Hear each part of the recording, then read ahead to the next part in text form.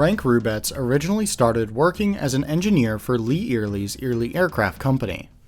That company had started in the amusement industry in the late 1930s and over the years had slowly grown to become one of the largest ride suppliers of the time. Hrubetz started work on his own rides independent of Early in 1939. His first ride being a paratrooper-like ride that featured plane-shaped cars with wings that could allow riders to control their car's rotation, allowing them to invert.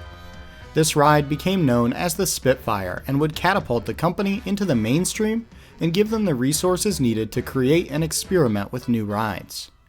In 1948, one such experimental new ride would be introduced. This was the Highball, a take on the swinging rides of old, but designed for traveling with a new twist.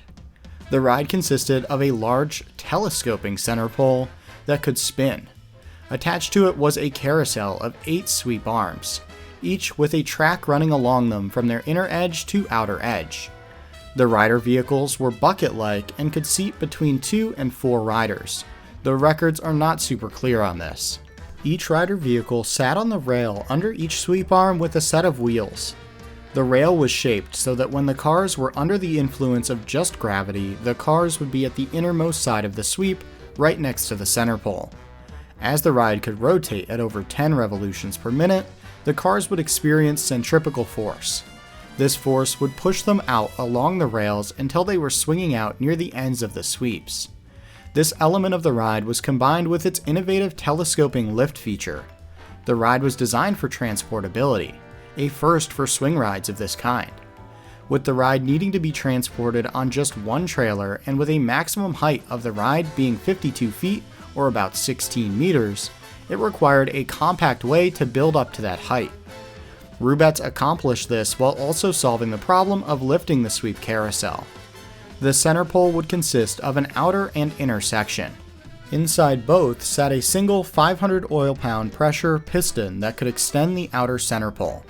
On top of the center pole sat a pulley system that ran a cable from the sweep carousel up over the center pole and down to its center, where it was secured at the bottom of the inner center pole.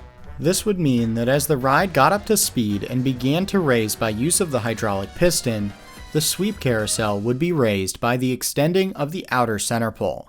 This meant that the sweep carousel would always ride on top of the outer center pole, and the ride itself had only 2 points of controlled motion: the center pole extension piston and the electric motor used to rotate the center pole. Thus, in theory, this made for a low complexity ride that should have been a hit on the Midway. The ride was first sold by Hrubetz in 1948 for $13,500, or about $190,000 today, targeting the ride squarely at small shows or amusement parks. This offered a strong proposition for showmen at the time, as the ride was very tall compared to any other ride on the market within this price bracket. The ride also offered a competitive price and a transportable design. The ride experience consisted of riders being loaded into the 8 buckets before the operator started the spinning of the center pole. The operator would then manually increase the spinning as the ride also lifted, creating a spectacle for both riders and non-riders. As the ride spun above 10 RPM, the buckets would slide out to the edge of the sweep carousel. This ride, like all Hrubetz rides, was fully manually controlled by the operator, giving them control of the height and speed. The mechanical simplicity of the ride also meant that it should have been very reliable. However, reportedly, this was the ride's biggest flaw. The ride often had issues with the outer center pole becoming stuck on the inner center pole, especially when descending. This could be caused by things as simple as an unbalanced sweep carousel or even just gusts of wind. This would cause the whole ride to become stuck in the air, often requiring crowbars and hammers to dislodge the outer center pole from the inner one. This also led to some tough evacuations involving fire departments having to rescue riders suspended in the air. This limited the ride's appeal, especially for the small shows they were originally targeting, as these shows were the least equipped to deal with these kinds of problems.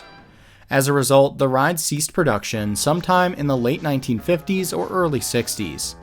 It's not known exactly how many of the rides were built, but it is known that the ride itself saw most of its sales in the late 40s. The final operating Highball was traveling with Buster Westbrook based out of Chicago. It last traveled in the mid-1970s. Today, nothing remains of the ride or its legacy. In fact, no videos are even known to exist of the ride in operation, which is why you have seen so much animated content in this video. The full animations produced for this video are available for public or archival use over on my second channel. The Highball was very much a product of its time. A tall, high-thrill ride for the growing industry that used technology that was not quite ready for mainstream adoption just yet. Later rides would continue to refine the idea of the telescoping center pole, and today it's a feature on many traveling and permanent rides, perhaps the most famous being the Wave Swinger. The swing-out cars of the Highball has surprisingly not really been replicated since. Perhaps this could be an interesting concept for a modern ride manufacturer to revive today. Had you heard of the Highball before this video?